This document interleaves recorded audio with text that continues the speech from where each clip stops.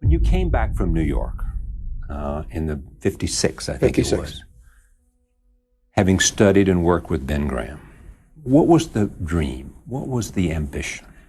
Well, it was kind of disgustingly low. I didn't know what I was going to do. I had about $150,000 at that time, and I felt, if I earned 10% on that, that'd be $15,000 a year, and I could live big on that at the time.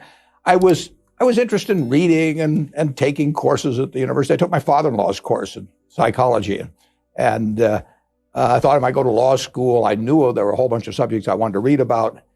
And then I sort of stumbled into this partnership a few months later because 7 members of the family said, we want you to handle our investments. And I didn't want to do it one at a time or tell them what I was doing. So I put the 7 together in a partnership that had $105,100 in it. You can guess who the $100 was. Yes, I know.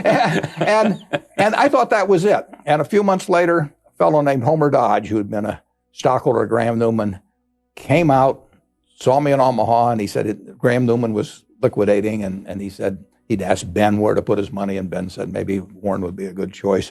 So he joined me for, I think, about $100,000 at the time. And then 4 months later, some fellow in Omaha that read the legal notice, actually, a friend of mine called me up and said, what are you doing? And I told him, and he did it. So yeah, I just kind of stumbled along. You kind of stumble along. Yeah. All of a sudden, you have a partnership, right, and you're making money. And I couldn't sell Keo now, understand?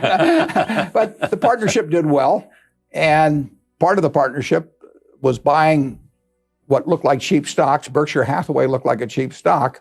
It was a terrible business. What was your ambition then? Now you have a vehicle. Yeah.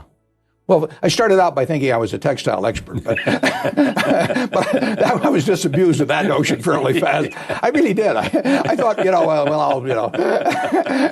what do these guys know about making textiles? They've only been doing it a few hundred years. I mean, the Egyptians, I think, figured out how to weave. But I've been in Omaha for a while. That's right. I know a lot about textiles. Just turn me loose in the plant and see what happens. So anyway, what happened was right at that period, the textile business was good for a very short period of time. And so I was like a duck floating on a pond when it was raining. I was going up in the world, but I thought it was because I was flapping my wings, but it was that damn rain that was coming down. And then when it quit raining, I found out, what do I know?